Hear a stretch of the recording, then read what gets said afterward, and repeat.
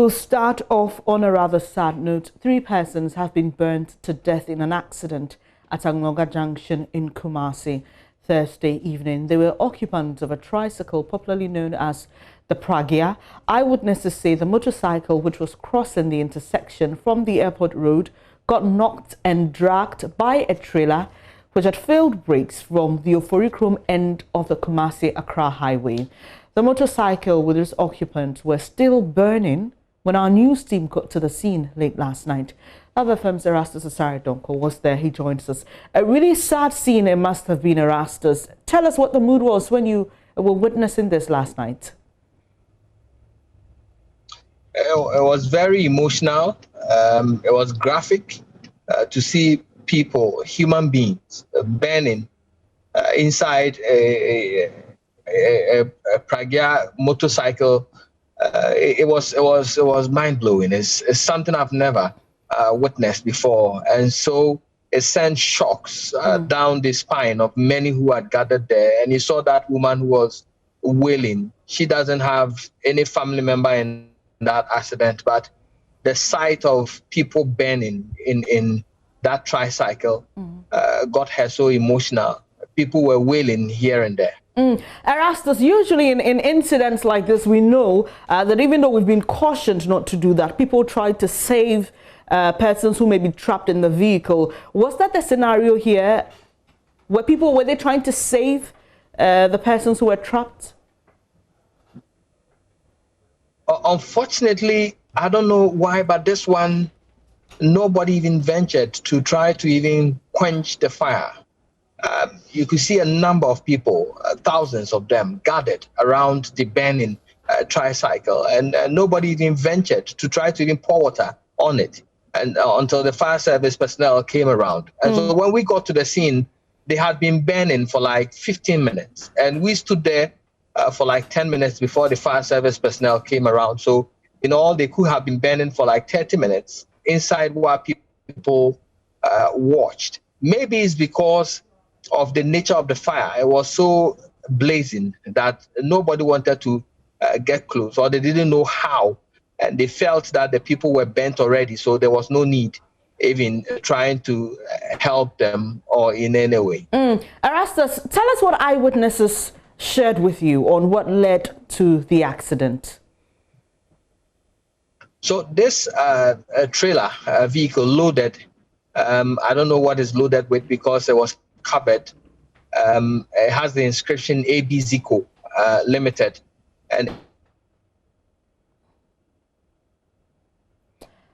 hello, Erastus. We seem to have lost Erastus there. We'll try and work the lines, but he's just been sharing with us what he witnessed late last night in that incident at Anloga Junction. We have him back. Erastus, so you were telling us what eyewitnesses shared with you. Yes, so this trailer vehicle loaded with something was coming in from the top of the hill from Oforikrom end towards the Anloga Junction.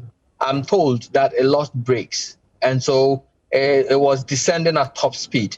The Pragya tricycle was coming in from the airport roundabout road end, trying to cross the intersection towards the new road.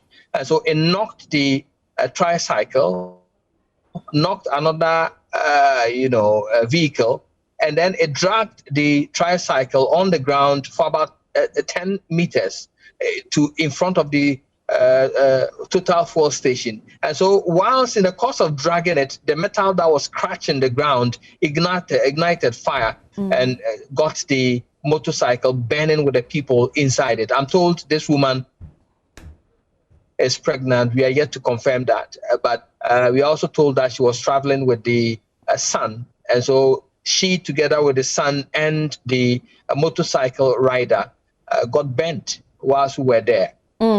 Erastus, let's talk about this particular stretch of road. I've used it a couple of times. That particular intersection is a very busy one because it links the airport road and the new Santasi road, and then, like you mentioned, the highway from Oforikrom right going towards Edum. That particular stretch, just at that intersection, there's a problem with the road. Tell us about it.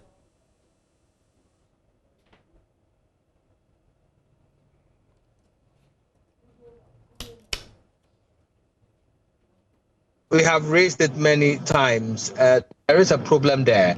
In fact, when you look at from Oforikrum headed towards the Junction area, you could see that it's a steep hill descending towards the intersection. And all the heavy-duty vehicles, they negotiate that curve of the traffic towards the new road.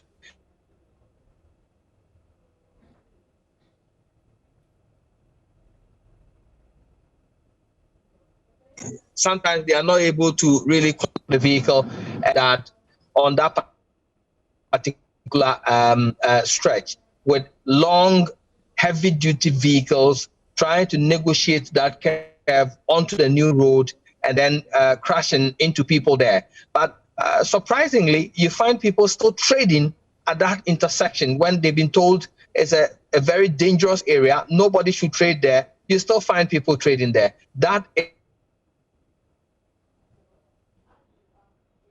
That's Erastus Asaredonko, my colleague from Love FM, who is telling us about this intersection and how this is not the first time an incident like this has occurred. We are told that the trailer that crashed into the motorcycle had failed its brakes, and so its brakes had failed, and so that's what led to the crash. But he'll be sharing more with us.